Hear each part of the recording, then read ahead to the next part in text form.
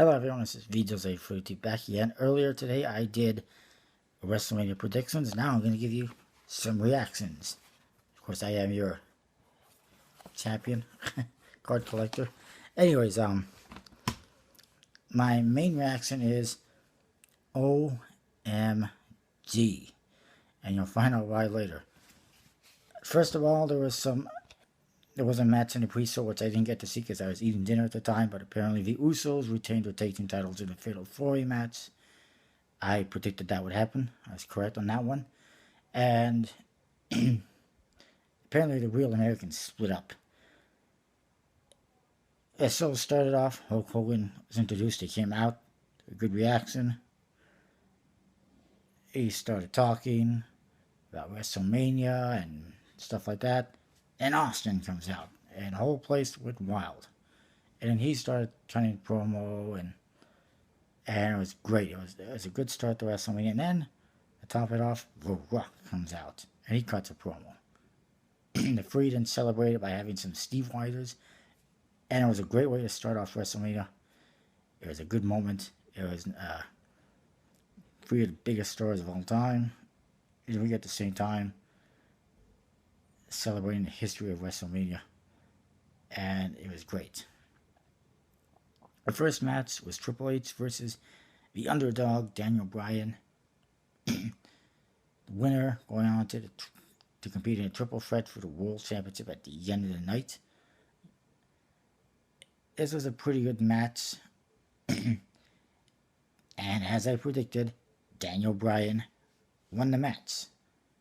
And then afterwards, Stephanie got in the ring, slapped him a few times to distract him. Triple H attacked him from behind, dragged him to the corner, slammed his injured arm into the ring post, and then took a chair to the arm against the ring post. And he was pretty much carried out.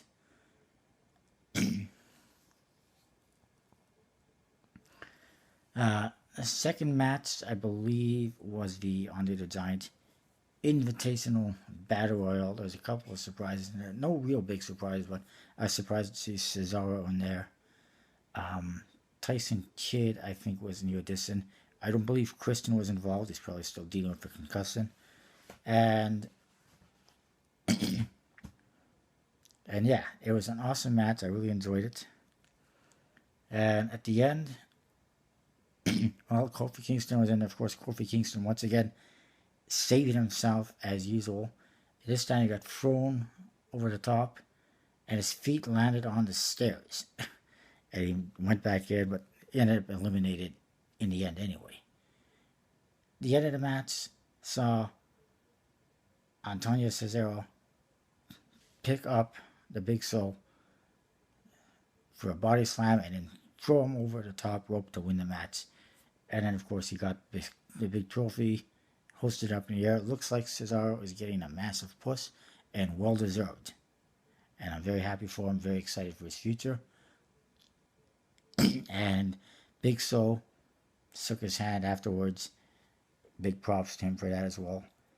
And it was reminiscent of Hulk Hogan body slamming Andre the Giant at WrestleMania 3.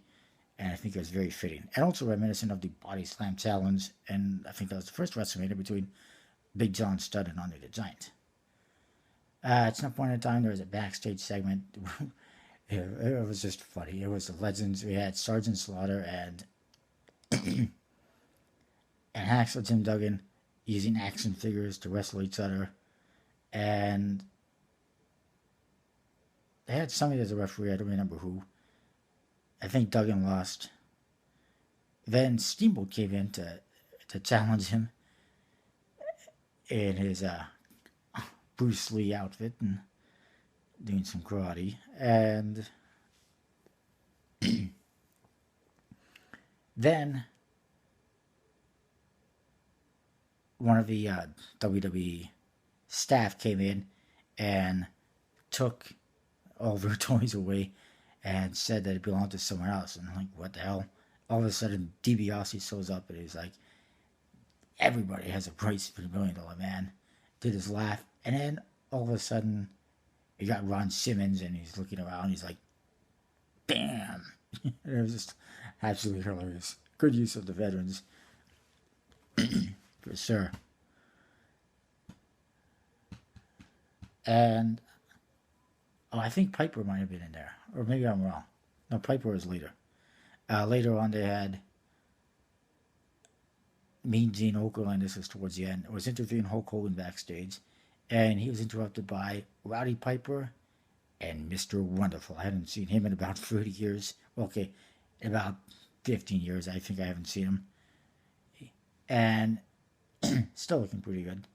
It was nice to see them. They were confronting each other about their WrestleMania 1 match, and then Mr. T came in to back up Hulk Hogan.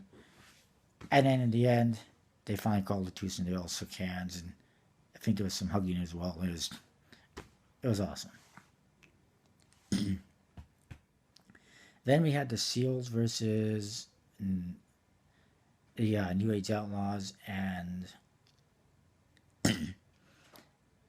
Kane, and it was an okay match. It was really quick.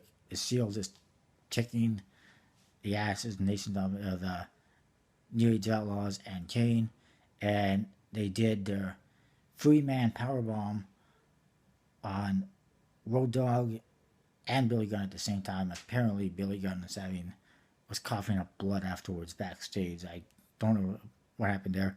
I also know Triple H had blood coming out of his nose after his match with Daniel Bryan. Yeah, so there was a little bit of blood tonight, but nothing severe. Anyways, unsurprisingly, the Sealed won. Then we got Bray Wyatt versus John Cena. I think it was the next one. Bray Wyatt's theme song was played by the band that does it. It was nice. It was a good live performance. And there was actually a girl doing some weird dance beforehand. And one thing I noticed or didn't notice, was anyone singing America the Beautiful, which happens every year, which caught me off by surprise. And I'm pretty sure I didn't miss anything.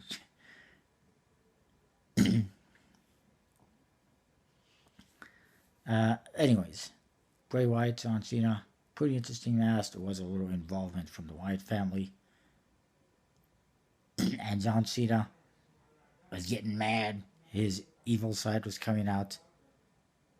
In the end, John Cena ended up winning. Bray Wyatt came close. I had predicted and hoped for Bray Wyatt to win. But John Cena pulled out the victory, and I don't think this is over. And I believe, John Cena went around hugging his family and other people at the end. And at one point, Howard Finkel introduced the class of 2014 in the Hall of Fame, and Ultimate Warrior came out to his music. I was hoping he would run down the aisle and run around the ring and grab the ropes and go crazy, but they didn't do that. It's a little bit disappointing, but I guess he's getting old. Then they had a streak, The Undertaker versus Brock Lesnar, and this was disappointing. Undertaker and Brock Lesnar both looked like they were gassed. Undertaker, compared to his previous WrestleMania appearances, did not do very good. The crowd was not into it too much, and everyone was stunned when Undertaker actually lost. His streak is over. To me, that's a bad decision. I would not end the streak to a part-timer like Brock Lesnar, who doesn't give a rat's ass about the business. But I know full well that Undertaker agreed to it and maybe even suggested it. I don't know. Undertaker seemed a bit disappointed afterwards, but he did get a standing ovation and walked off. And I think that might be the end of The Undertaker. I don't know. I mean, his streak is over. The announcers were up on their feet. All 8 of them. three English ones, 3 Spanish, and 2 French, all on the feet, giving him a standing ovation, as was everyone else. And he walked off, and I think that's it. The entrance door was pretty cool. He came out. They had a casket for everyone he's beaten at WrestleMania with their name on it. And then they had one with Brock Lesnar, and then Taker looked back, motioned his hand, and it blew up. And it was pretty awesome. Awesome entrance, very fitting for The Undertaker. And just disappointed by his loss. Everyone was stunned. People were crying. And it was amazing to see people's reactions, just like, oh my God. And I know a lot of people on Facebook were not happy. And I'm not happy either. If he was going to go out, he should have gone out on top. Or they should have at least put a career stipulation on it, I don't know. They're going to do that next year. Undertaker's career versus somebody, if he comes back. I was really hoping for Sting versus Taker next year. Sting has been teasing it a little bit. He's been going around saying his favorite number is 31, which happens to be next year's WrestleMania, so who knows. And then there was a mess, the Divas Invitational match with 14 Divas competing. Whoever scored the pinfall submission won. With Vicky Guerrero standing outside watching and holding onto the belt. There's this Divas going all over the place, hitting each other with moves. In the end, as I predicted, AJ Lee was victorious, putting, I think it was Naomi in a submission, forcing her to tap out. Actually, I think AJ took her hand and tapped it down. That's what it looked like to me. And she was definitely had a facial reaction like she was doing that. I should mention during the John Cena Bray Wyatt match, there was some Daniel Bryan chants. And I know there was some CM Punk chants as well, especially in the last match. The last match was a triple threat for the World Heavyweight Championship. It was decent. And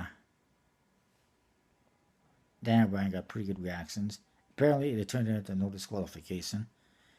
At one point, Triple H came out with Stephanie through the crowd, and they brought with them their crooked referee, Scott Armstrong, who tried to screw Daniel Bryan, but he kicked out. Daniel Bryan took him out. Triple H then got the sledgehammer out, but Daniel Bryan ended up with the sledgehammer, smacked Triple H in the face with it, took him out. And there was one spot where Daniel Bryan jumped over the top rope, taking out Hunter, his referee, and Stephanie at the same time. And Stephanie apparently injured her ankle. That's what possessed Triple H to grab the sledgehammer. But then he ended up getting smacked in the face with it, and then they ended up getting carried out. All three of them. There was a lot of near falls and stuff like that. Pretty good nonetheless. There was one spot that was a little bit scary. The guys, Batista and Orton, had been pounding on, double teaming Daniel Bryan, and they teamed up on him, and they were working together as a team, and I'm being repetitive now. Anyways, what happened was they stripped apart two of the tables, smacked him in the head with one of the monitors. Randy Orton set up the stairs, the ring stairs, next to one of the tables. Batista then set up Daniel Bryan on the table, picked him up for a Batista bomb, and Orton grabbed him, drove him down with an inverted RKO, neck break, or whatever you want to call it, through the table. Poor Orton, he probably injured himself. He landed smack dab on a monitor that was underneath the table. And he was definitely in pain. And then they stretchered Daniel Bryan out of there, but just before he can get out of the ringside area, he started hulking up, and he got off the stretcher and got back into the match. And I noticed he was doing this hulking up, Ultimate Warrior hulking up thing during the Triple H match, and again during this match. In the end, Daniel Bryan forced Batista to tap out while Orton was outside, and he won the match. There was a big celebration, pyros, tons of confetti, and it was a good way to end the pay-per-view. They started off good, they ended good. The middle, there was a little bit of a mix. The Undertaker match was really disappointing, especially the finish. I want to like it. There's parts I hate. The Divas match was okay. It was not too surprising. Uh, and the title match, the Triple H's Daniel Bryan match and the title match were both fairly predictable. It was disappointing not seeing any other belts on the line. It would have been nice to see the titles on the line that match on the pay per view itself. The United States title, they don't do anything with it. It's pointless just to get rid of it. You get the Continental title. Uh, I think Big E's the champion. I can't recall, and he was in another match, so that wasn't defended. But at least they got the Divas title defended, and the WWE title. I also note that at one time they introduced a bunch of legends that were in the audience, like Bruno Sammartino, Bret Hart, who got a good reaction. Bob Backlund is an awesome guy, and Harley Race and Dusty Rhodes. They were all in the audience. It was nice to see them as well. So it was good. WrestleMania got almost everyone on the roster involved in some way, divas and guys, and also legends. Everyone gets a payoff, and yeah, it was pretty good. I did not see Wade Barrett, although he did come out and do some bad news at Hall of Fame yesterday. But I'm surprised I didn't see him, and yeah. Anyways, that's what I got. It was not a bad show. Some of the matches, in my opinion, went too long. I think people were crapping on the Cena Bray Wyatt match. They should have ended that one sooner. And same with the Taker Lesnar match. It went just a little bit long. All the matches went a little bit long. They could have easily chopped them down, added another match or two. I remember back in the day, like WrestleMania 8, 9, they used to have a little bit more matches, I think. I don't know. Anyways, it was a decent show. If you didn't check it out, definitely check it out. And it's nice to see Daniel Bryan finally on top. It's disappointing to see Undertaker going down. It was nice seeing Triple H getting a taste of his own medicine. Anyways, that's what I got. I'll see you next time.